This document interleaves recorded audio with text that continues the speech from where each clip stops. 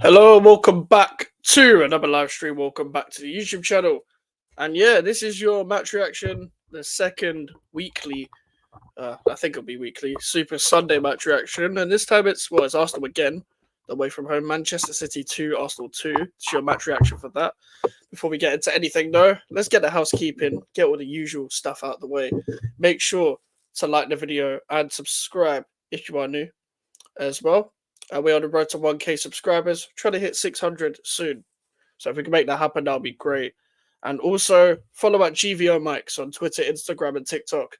You know, if you want to follow me on the socials and stuff like that as well, try to grow the platforms.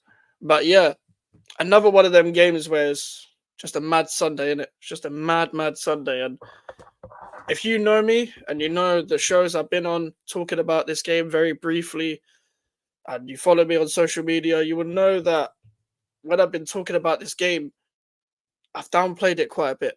I've downplayed the game. I've pretty much said it's going to be a dead game. I pretty much said it was going to be very boring and that it was going to be another 0-0, a bit like last year when it came to Manchester City Arsenal, but it wasn't like that. It ended up not being like that. It ended up being a 2-2 match, and I thought I was getting my wish when I saw Erling Haaland put the ball in the back of the net very early from, Savio's ball straight into Erling Haaland, and typical Haaland goal. I didn't actually expect Haaland to get anything because the gaps of what Gabriel and Saliba could do and what they may leave, and or more so what they would not leave for Man City to run up on, and for a striker like Erling Haaland to run up on, because they did a job on him last season. They've proven that they can do a job on him, and I thought that was going to happen again. But I think also it was the relationship with Calafiori that played a part in that goal, because Savio spun Calafiori. And I think the gap was there between the two centre backs because there was a lack of relationship with the centre backs and Calafiori, as it was his first. I'm pretty sure it was his first start for Arsenal, because he didn't start the Champions League game, so it was his first start for Arsenal in general. What a game to be thrown into! But to be fair, ended up paying off in the end. But Savio done really well there. Baller, by the way, very good player. Gives that a little bit of magic that Man City don't really have. Not even just in a winger perspective, but just from an outside baller perspective. Because you'd be honest and say, what's it called? That Jack Grealish, for example, would have been that player when he signed, but he's not really playing in his position. When he plays on a wing, the guy just is instructed to pass sideways and stuff like that. Brings control, but doesn't really bring much else. With Savio, he's got the dynamism, the pace, the final third play, the shooting, the ability to play on both wings. But it all kind of got fucked up from that Rodri injury. But we'll get that. We'll get into that in a sec. You'll be honest, City actually going to be worried now, and that is good for football. I think City are always wary. I don't think a draw is terrible for anyone at this current moment in time necessarily, just because Arsenal, if this was at the back end of the season, you'd expect or I'd be saying that a draw isn't good enough for Arsenal, for example, because you'd want to beat your rivals at the back end of the season. But City have also proven that, from their perspective, drawing with the team at home, they can still go on and win the league. And to be honest, it's still going to be quite hard for Arsenal to catch up. I think Savio was cheap. I'm not too sure what his price was, to be completely honest, but obviously because Man City's relationship with Troyes, as they are one of the many clubs that they co-own, that kind of does help. But also in this situation as well, it's going to be hard for Arsenal still, because as much as their defense is really good, think about the goals they scored today, yeah? And I'm not trying to take any credit away. I'm actually going to give a lot of credit to Arsenal today. They scored a corner and a long shot, by all means, from their left back, who's actually a centre back. So I think Arsenal are going to struggle to create a lot of chances without Odegaard still. I still think that's going to be a problem. Now, with Trossard suspended, and we'll get onto that in a minute, they're going to probably have to play Havertz in the 10 and Jesus up front, which makes it even worse because Havertz is better as a striker, as we've seen. Even though Havertz and Jesus you never know, they could try and make that work. They've got Leicester at home next, so they should probably be winning that game anyway. Listen, I thought they were going to beat Tottenham without Odegaard. But Don't get me wrong, I still think Arsenal win the majority of their games, but Odegaard was the only one in that team that could really find a certain final ball that Arsenal were always capable of. However, Arsenal still got through that unscathed. And why? It was mainly because I think the game still almost played into their hands. I think they wanted more interruptions within the game. Now, fortunately for them, Rodri got injured. Now, we don't know how bad the Rodri injury is. I think City can cope without him this season more than they could last season because they've got more alternatives than possible and they can balance it out with a pivot instead of, playing Kovacic there as a single pivot like they did last year. But it's still a big blow. It was Rodri's first start. And Rodri wasn't on the best of fitness regardless. That's why they're trying to be careful with him. They were trying to ease him into the season. And his first game that he comes in, he gets injured. But it wasn't because of a fitness injury. I think he twisted his knee, but I'm not too sure. I think going forward with these two teams now, like you see with Arsenal, their defenders are going to pick up a bit of it, a couple injuries in terms of the centre backs that are playing fullback in terms of Calafiori and Timber. Imagine they'll be back for the next game, but they've got enough depth there anyway. Like Kivior is still there, like he can do a job, even though for the John Stones goal, the way he threw his body in front, kind of didn't need to be had because Raya had that, and Raya had a tremendous game again. David Raya, I've rated for a while. I actually rated when they signed him. I was just wondering what the dynamic was going to be with Raya and Ramsdale, but it's a very good signing, David Raya. I think the reason why people were so unsure about David Raya is because of the way he started, but I believe the way he started was bad because he was just getting used to the pressure of playing for a much bigger club than Brentford, for example, where there isn't really much pressure and you can do your thing. However, under Arsenal, you're playing under big pressure. You're actually going for a league title. And it was a big jump from, the mid-table battles and the relegation battles that he was doing at Brentford. And that's not an insult to Brentford. We've got them next. They're probably going to beat us. I'm just comparing the pressures, But also, going into the game, like, when that Rodri injury happened, like, it was a big, like, interruption on the flow of things because City were on top and then. But it felt like the dynamics were shifting anyway. And as the dynamics were shifting, obviously it was that quick free kick, and it was and City were complaining a lot about the quick free kick. Listen, I keep the same energy of everyone when it comes to refereeing decisions. They ain't really got much to complain about, in my opinion, because Kyle Walker doesn't have the pace as he may have used to have, but he still has enough recovery pace to still recover from that situation and close the man down and close off most of the angles in general. So that's my view on it. And to be honest, that's not really his job to close down Calafiori. I know he should close down Martinelli technically, but should probably someone needs to close down Calafiori. That the man who wrapped the shot from there. And by the way, what a goal that was. That Calafiori shot. I don't think people realize how hard it is to score from there with your in-swinging foot or out-swinging foot, to that corner of the goal. And to beat a keeper like Ederson. And Ederson isn't as like shit as people say when it comes to shot stopping and all that. He isn't. To beat any keeper from that angle and to put it in that corner whilst you're meant to be a defender, and we've seen a trend of today that defenders cannot shoot. We'll get onto Ruben Diaz in a second.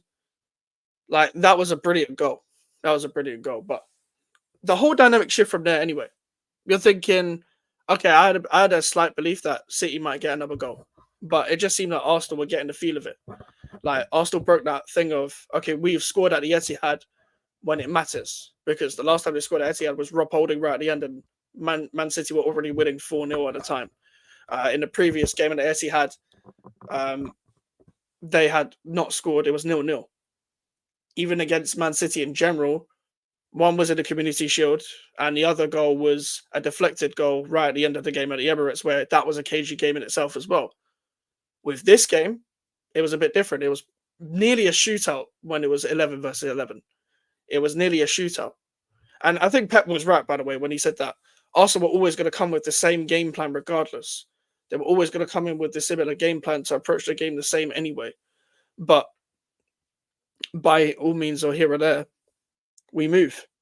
And as the game grew on, Arsenal were getting more chance, like getting more attacks, not necessarily testing Ederson constantly, but they were still creating some form of attacks. But that allowed them to create the corner. And you saw that Gabriel goal was coming. Like, as soon as they changed who to mark Gabriel, Like obviously he nearly scored from the first corner. As soon as they changed who to mark them, who marked him, um, that's when it got long. Because as soon as I saw it was Kyle Walker, I was like, he's scoring from here. He's gonna score. Gabriel's gonna score this corner. And the problem is with this man marking thing in this situation, and man marking is the way, but it's just you gotta have the right markers, is that Walker was beaten as soon as Gabriel moved. As soon as Gabriel moved from his position, that's what happened. He was too powerful for Walker, and his ability to time it was superb. And also Saka's delivery was pinpoint. I do believe though that Edison should do better for both corners because both times he was trying to look for the foul and neither of them are fouls. So that's my thing with it. Neither of them are fouls. So there was nothing wrong with either of the Arsenal goals. I don't know why people would debate otherwise.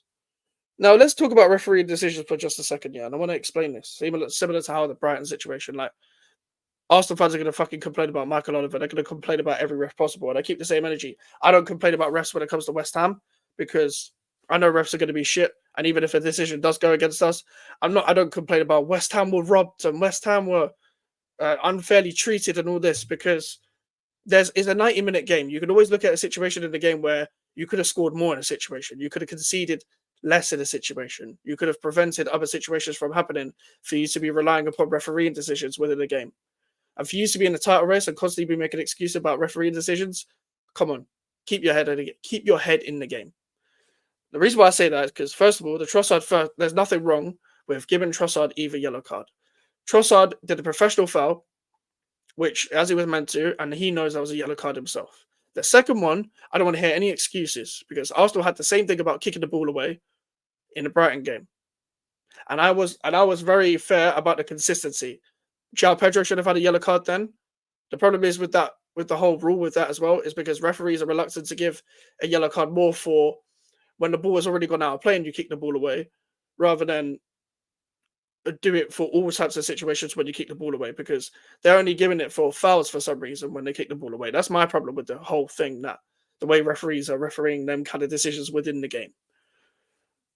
Now, Trossard kicks the ball away when he's on a yellow card, and that is way worse than the Declan Rice one. It's not even debatable, that one. So any Arsenal fan that wants to talk about we were robbed and all that, no, you weren't robbed. You weren't robbed. So stop kicking the ball away when you're on a yellow card. And people know that he wasn't passing it to Martinelli. Paul Mercer made a great point. Trossard's good enough to side foot that to Martinelli. He wasn't passing it to Martinelli. He kicked the ball away. Anyone with a pair of eyes knew that. So we'll end that there.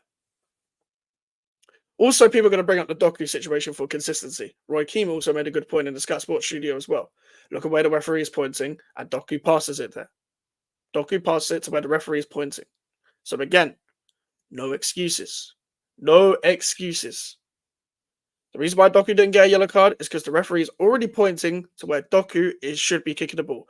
And Doku kicked the ball there. It only rolls a little bit more. Not the inside for a circle pass. Oh, okay. Yeah. Whatever Paul Mercer said, I was just trying to quote. But yeah, the referee's already pointed where Doku was meant to pass at. It just rolls a little bit to the right. So we're looking at fine margins here when we're talking about specific decisions when it comes to refereeing.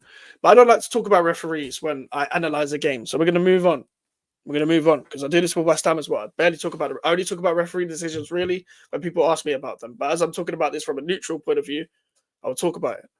But this is where the game changed for me because I talked about this on my TikTok match reaction as well. Like when Arsenal go down to 10 men, and they've proven this in the past, that they are actually better than people realize when it comes to going down to 10 men.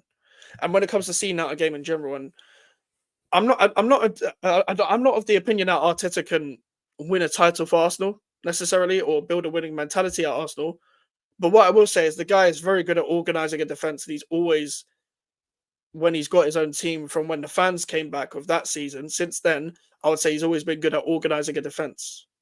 And they've proven it from the season where they were trying to get top 4 as well. And the reason why I noticed that is because I remember for a lot of that season, Arsenal were still winning games by fine margins, by a goal, by a 1-0 or 2-1, whatever. Like Aston Villa away in that season, or There's other examples as well. They're just not coming to my head. And then we'll go to a 5. And then they'll go to a 5-4-1, and teams will find it hard to break them down. And that was with 11 men. I remember in the Carabao Cup game against Liverpool where they drew 0-0 in the first leg, Granit Xhaka got a very early red card. So Eddie Nketiah comes off, and I think Callum Chambers came on. I think that was a sub. And they went to a 5-3-1 with 10 men. And that was a very good formation to, defend pretty much the whole game and still try to hit on the counter. They did the same against Brighton as well. That was one of the few times where the defense actually got broken down, and Arsenal should have done better overall within the game. Overall or off the ball within the game. They've proven it season upon season out where their defense has already been hard to break down, but they've also got the quality, the names, and the relationships on the pitch between the defenders where they're even harder to break down than usual. So the way you look at that is, like, Arsenal have always had a tight defense, and they've only just got better and better. And the more Arteta is focused on trying to build the defense around the centre backs that he already has, the better Arsenal have got in defense. That's why he doesn't, really use Zinchenko anymore. Even though Zinchenko's injured now, he probably wouldn't even come on. Even Jesus was defending quite well. And we'll get onto that now, because when Trossard got sent off, the sub was made. I had a feeling that he would go to a 5 at the back, but I thought Martinelli would come off because Saka's really good at tracking back, but also Martinelli is good at tracking back as well. So he went to a 5-4 formation. At times it was a 6-3 formation. Ben White came on for Saka. It's actually quite smart because Saka does need a bit of a rest. He got 45 minutes this time, so give him a rest for the week, because I doubt he's going to play against Bolton for the Carabao Cup game for Arsenal. But what's it called? They went to a 5-4 6-3 formation, and they were very, very hard to break down. As soon as they went into that formation, I thought City might score eventually, but it's going to be so hard to break down from a Man City perspective, even if it's at the Etihad, because Arsenal have proven it away from home that they can defend at these big grounds. It's just, can they get fully over the line? And no, they didn't get over the line necessarily in terms of getting 3 points, but I'll discuss it more in depth, I guess, a bit later, trying to take you through it game by game, or point by point within the game chronologically. Martinelli was covering Calafiori quite well. I think Gary Neville and Jamie Carragher mentioned this on comms, that Calafiori is actually more narrow when he was playing in a 5 than he was in a 4, which is funny. So that just means he was just more defensive, and Martinelli was covering his tracks. And to be fair to Martinelli, despite his bad performances this season, a horrific performance against Atalanta, he really bounced back in terms of how hard he worked off the ball and his defensive work and what he could have done, and even going at Walker, because I reckon if it was Sterling on Walker, I think Arsenal could have had a chance to get the third goal in the first half. But I think Sterling should still be starting for Arsenal, but who am I? We'll see what happens with that Sterling addition. If they barely play Sterling, there was no point of signing him, because they haven't made any attacking additions. And this is the thing. This is where Arsenal fans should probably look back at a transfer window and think, okay, if we made a couple additions, we could be way more comfortable in this title race, because they're already good with the players that they have, because the coach at that current moment in time, is not getting the best out of them, but is getting some really good moments out of them in terms of the squad that they have now. Arteta could get more out of the squad that they have, but also they do need help from the recruitment standpoint.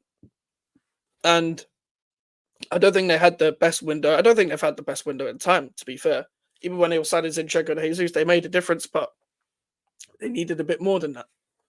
And they've needed a bit more in years. A striker is what they needed. If it's a striker, then we're talking about the 18-19 season again, where Man City won it by 1 point against Liverpool. That could happen again if Arsenal had a striker, because that would push City to their limits as well. And City would be even more afraid. And even Man City would be like, okay, maybe we'll sign more players, because we feel like we need to be way more equipped of our opponents. That's why City don't really sign players anymore, because they don't feel like they need to.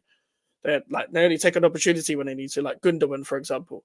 They didn't need to sign a direct Rodri replacement because they feel like someone can fill in for a game or two. Same with Haaland. Someone can fill in for a game or two if Haaland isn't playing, Someone can play the false 9. That's how they feel. With Arsenal, they could have done way more in the window to combat what City have, because a lot of them talk about, well, City have more squad depth, even though they have kind of like 17 players. They don't have 22 necessarily. They have a lot of players that can play in different positions. It's not exactly depth. It's just that they have a lot of quality in the depth. So why don't Arsenal go and address it in their window where they could have quality and depth. That's what confuses me. Um, Also going into the second half as well. Like this is where I started from a Manchester City point of view, and from my point of view, a man who wanted Arsenal to lose the game was frustrated because if you're, for example, coming up against a team that has pretty much every man behind the ball, for example, a 6-3 formation, a 5-4 formation with 10 men. And we saw from the very first attack that the aim was to get the ball down the flanks and then cut it back. The problem is, like the pundits in the studio said, there wasn't enough underlaps and overlaps and third man runs for them to even be stretching Arsenal. All of the midfielders and attackers were pretty much just sat in the middle. So Gundogan, Foden, when he came on, Haaland, when he came on as well, they didn't affect the game because they were all just sat in between the centre backs and the midfielders of Arsenal. And Arsenal just cut off all those lanes. They were like, okay, we don't even really need to do much. All we need to do is just stand to the side and clear the ball. And Arsenal did a very good job of that. And to be honest, like it's fine margins. You can't really do that for the whole half, but at the same time, it did look like that Arsenal could do it for the whole half. Because I thought you could add as many minutes as you want, and City probably wanted longer because of the delays and time wasting and stuff. However, my confidence was at the time at all-time low from a City point of view because I was looking at like City aren't going to find another goal because they're not offering anything. Like the amount of times I saw Ruben Diaz take shots today. Why is your defenders taking shots? I know Calafiori scored a goal today, but in general, when I watch football, I have a real big pet peeve in football when it comes to centre backs taking shots. I have a huge hatred for when centre backs are like it gets pulled back, pause, and then centre backs are on the edge of the box trying to pepper the opposition team's goal. Because when it gets frustrating for a team trying to break down the team, usually you see players like, fuck it, let me just shoot from outside the box. And that happens quite a lot in football. But when a defender's doing it, it's like, it's not going to affect anything because the commentator even mentioned it. I think it might have been Gary Neville. They're going to press Grealish and Foden quicker than they are Ruben Diaz. They gave Ruben Diaz all the time and space. They pretty much baited Ruben Diaz into shooting because they knew that he wasn't going anywhere. Because Ruben Diaz ain't known for that. Even Akanji was shooting. Kyle Walker, by the way, this guy and this gimmick of trying to take a long shot. What a horrible performance from Kyle Walker today. Horrible performance.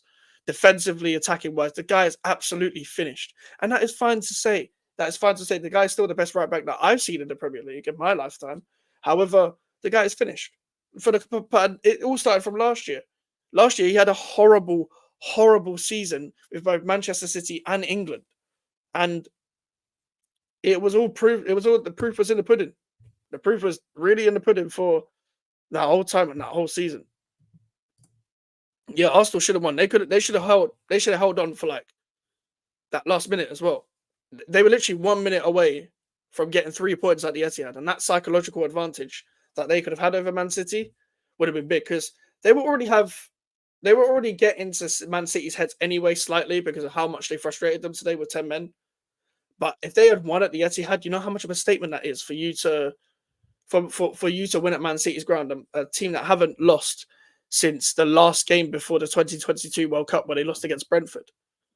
And that was a Man City team that, was still settling in, but it's still Man City. If you win at the Etihad, you should, by all means, take that as a big achievement. It's a massive achievement, especially if you're in the title race with them. What's funny, I remember Pep mentioning this last year. What's it called? Liverpool never came to, like Jurgen Klopp's Liverpool, when it was Pep versus Klopp. They never went to Man City and won. Because a lot of people used to talk about Man City never go to Anfield and win when there was fans. They won it in lockdown where Liverpool won in the title race. However, like Liverpool never did that to Man City either. I was watching that at Spurs in Stratford. I know I'm West Ham, but was supporting Arsenal to win it with my mates. Do your thing. I would never support Arsenal to win anything, but I hear you. Like, feel free to do what you want.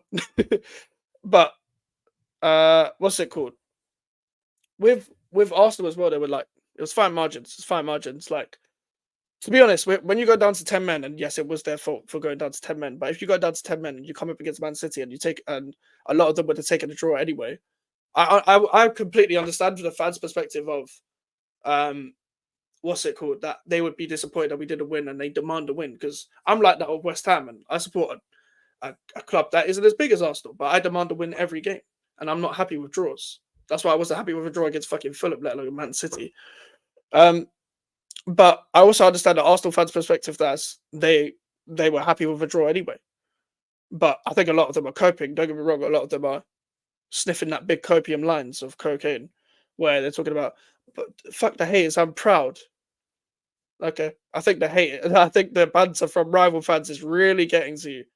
But I would understand if you were happy with a draw anyway, because a lot of them would have taken a draw, and especially it's not the business end of the season. We're 5 games in, so there's a lot. There's just too long to go for anyone to be really looking at the season and be like making it any foregone conclusions. Really, Arsenal are still going to be in the race. I don't think they're going to be in the race as tight as they were last year, and I didn't even think that with them being fully fit with their squad. And the reason why I say that is just because I don't think they have enough attacking danger. And there's only so much a defense can do, in my opinion. Like if they keep scoring long shots, for example, if that's something they've added to their arsenal, no pun intended, then by all means they found another way to be scoring goals, because they used to be free flowing and scoring, but they also used to leak at the back. Pause.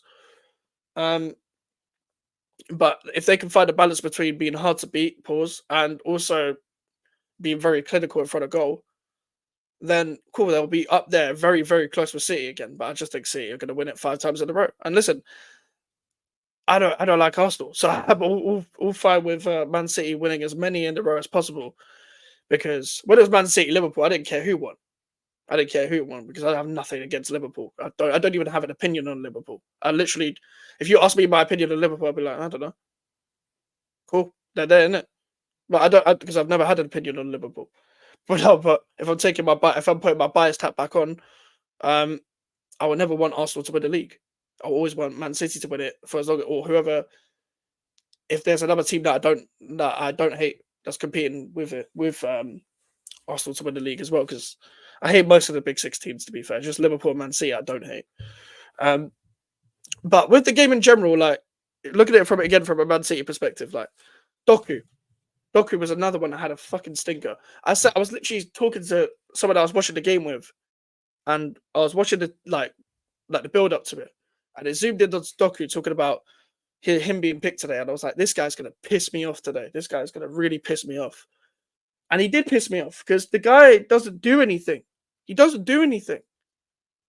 He does the same thing over and over again. He offers nothing of in terms of being effective.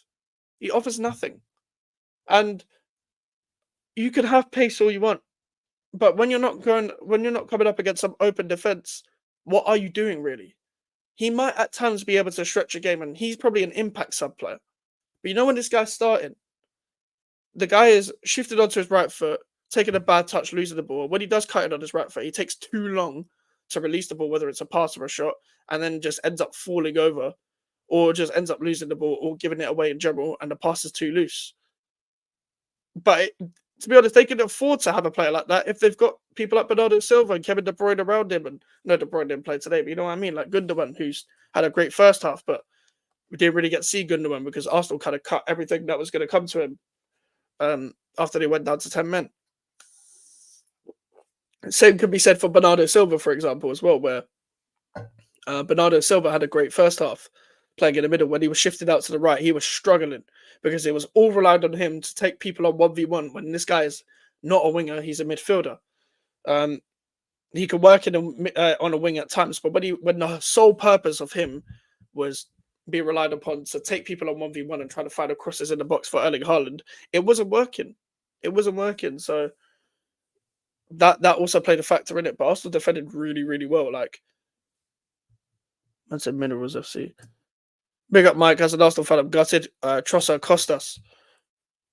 Yeah, I agree. Trossard did cost you, in my opinion. That's the thing as well. It's good that you say that, because I think most of the players on your squad, most of the players in the team actually played all right. I would say played okay. I think you guys could have given them probably a high scoring draw like it was already when it was 11v11. But I also think you wouldn't have defended as well. Yeah, you're still a sick defense with 11 men anyway, but you probably wouldn't have defended as well with 11 men. I think City would have had more chances against you. However, they would have still been frustrated, and I think I think they just would have found the equaliser a lot earlier. I don't think they would have won the game. I predicted a draw before this anyway, but I just predicted it to be 0-0. I do have a feeling that you could beat them at the Emirates, though. So there's a long way to go with that, and listen, a lot of circumstances could change that. But I believe you can beat them at the Emirates. It's just whether you can beat them to a league title. That's the real question. But overall, this game was way better than I expected. It had everything. It had the fight as well. It had people clashing. Proper rivalry sort of game.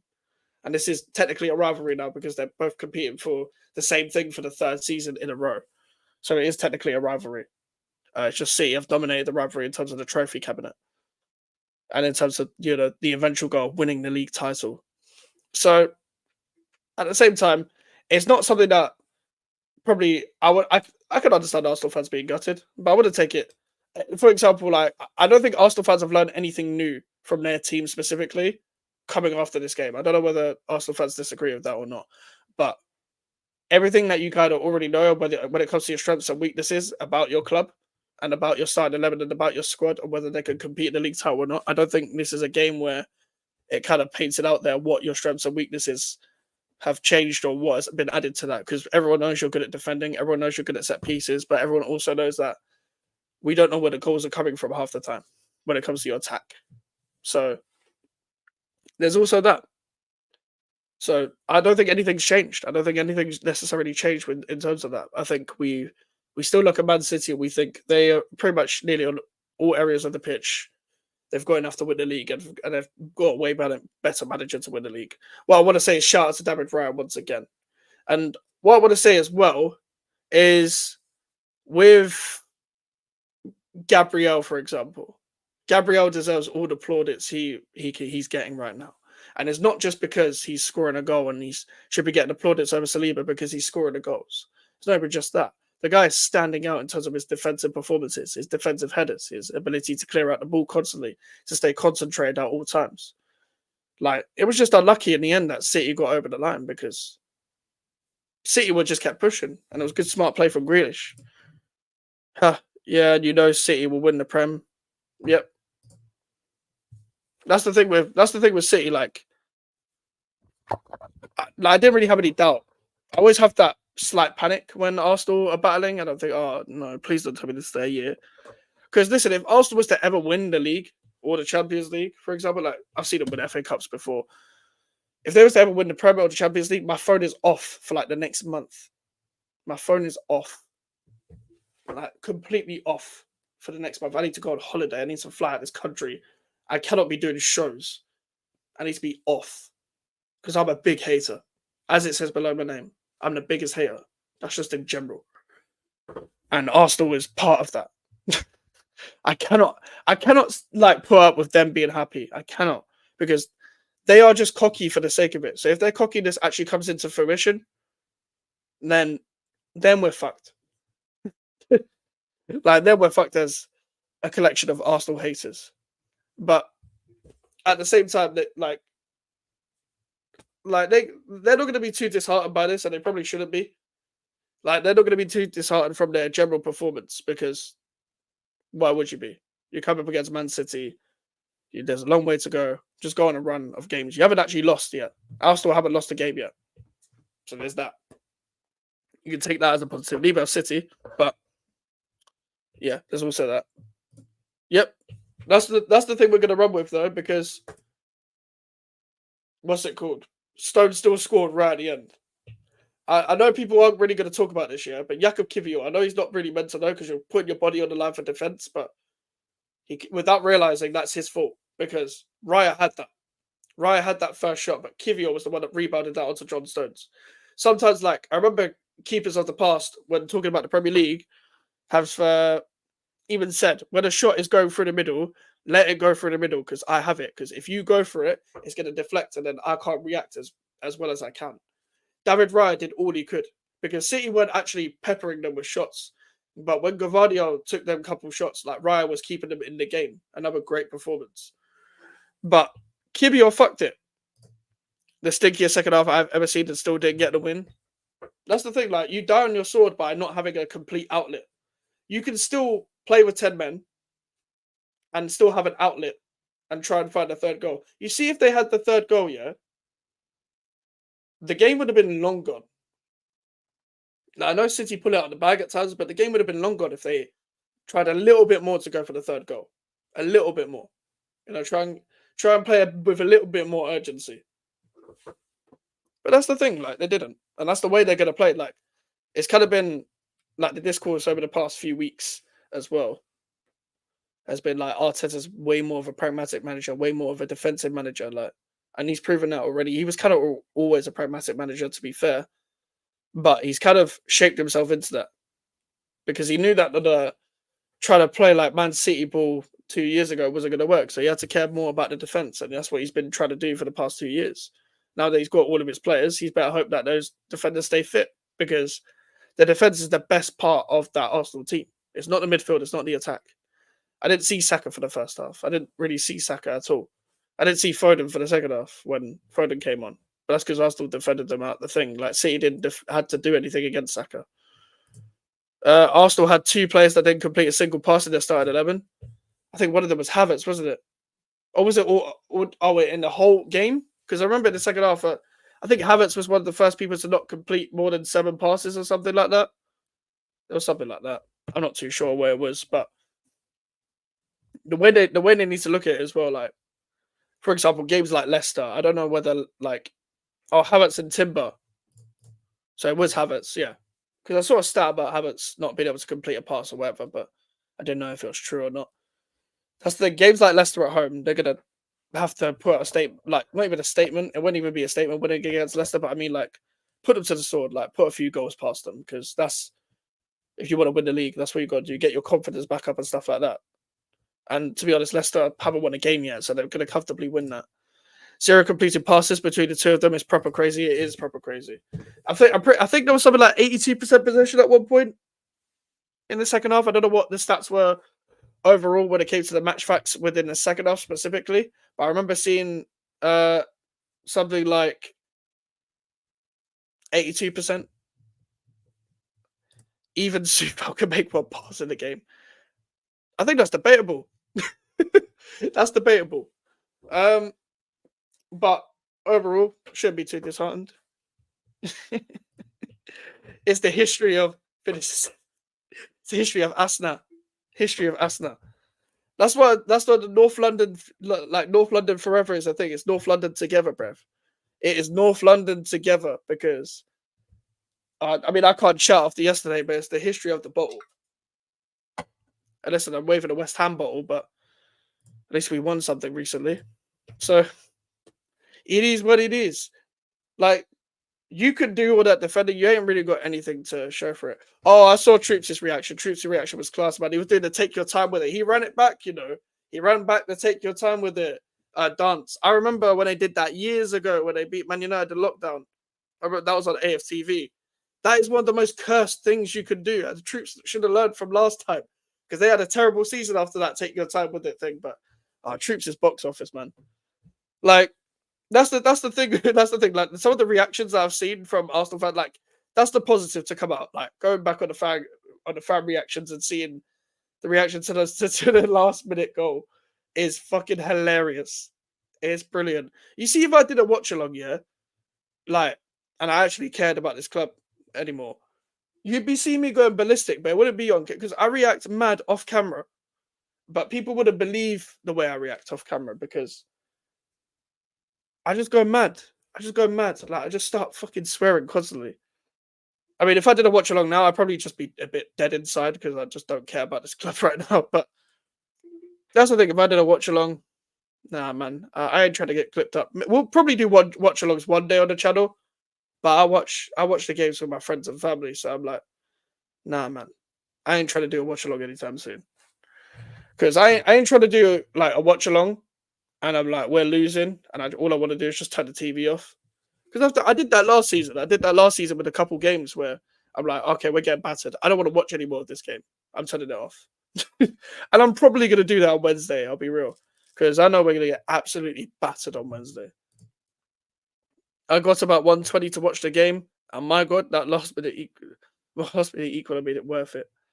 To a phone line call with Julian. Oh my days, man. You need a match vlog. Jonathan, go watch my old match vlogs, yeah, on the channel. There were some of the worst things ever. Because I didn't have the confidence and I had too much anxiety to actually do a match vlog. So when I'm talking to my camera, there's people looking at me in the stadium, and I'm like, okay, I kind of don't want to keep doing this, and I kind of just look like some weirdo. But I care too much about the public look, you know. Like you see now, I still wouldn't do a match vlog because like I'm just trying to watch the game, you know. That's why I do the whole stream. That's why I stream the fucking match reactions. But it was a good. If you're trying to start a YouTube channel, yeah, and it's a football YouTube channel, the easiest way to start up quick and to grow quick is doing match vlogs. Because I just did match vlogs because I thought, okay, this is what I'm going to do. And I did it for 6 months in the 2021-22 season. And it got my subscribers quickly up to like 50 subscribers. I was like, oh shit, I'm on 50 subscribers very quick. But that's because I was doing match vlogs. My first ever match vlog got 1,000 views and I had like 10 subscribers. I was like, what the fuck? Like, that was against Leicester when we beat them 4-1. And I just kept doing the home games, but they got shitter and shitter because all I did was I wasn't really filming myself because I sit with people, so they don't want to be on camera. So I'm kind of just accidentally showing them on camera whilst I'm talking to myself. So I didn't want to do that. So I kept filming like when we would take a corner. I didn't know when to take my phone out. I was just kind of filming bits of the game. It'll be 5 minutes and then I'll cut it off. I heard it was reports of match reactions to Arsenal fans after a loss. Like, bro, go look at a compilation of these Arsenal fans. Yeah, it is so funny. It is so funny, man. Like that's why that's why we need Arsenal to be shit again. Because when they were shit, and even when they were going for top four and they were losing like the occasional game, like it was so entertaining just to watch all the compilations of like all the Arsenal fans just go mad at watch-alongs. Because it was just funny. Like most of us want Arsenal to lose the game. and then you just see their reactions, and it's just like, we got what we wanted from today, you know? But listen, people, I'm gonna tell you my streaming schedule coming up.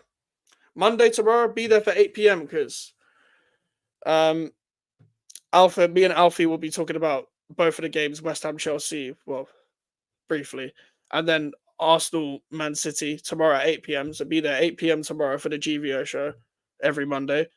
On Tuesday, we'll have the Liverpool West Ham United preview for the Carabao Cup match.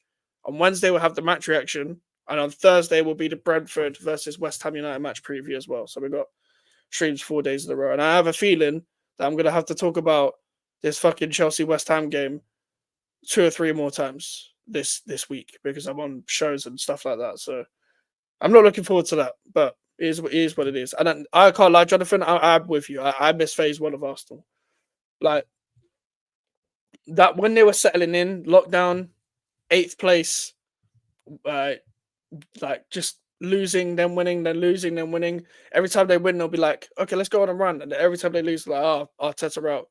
That was the days, man. Those were the days. Even like that, like when 2015 to like 2021 of straight Arsenal fan content, of just watching Arsenal fan TV or whatever it was when Arsenal lost. Those were the years, the golden years of YouTube. So yeah, I do miss that. You're not gonna lie, Arsenal fan TV was funny when they sucked. Yeah, honestly, bro. Like when they sucked, like that was the go-to place. Like you just watch a Troops fan cam, Titan Claude, rest in peace, Claude. Like those were the days. Those were the days. And then watching the watch-alongs years later. Too funny. Too funny.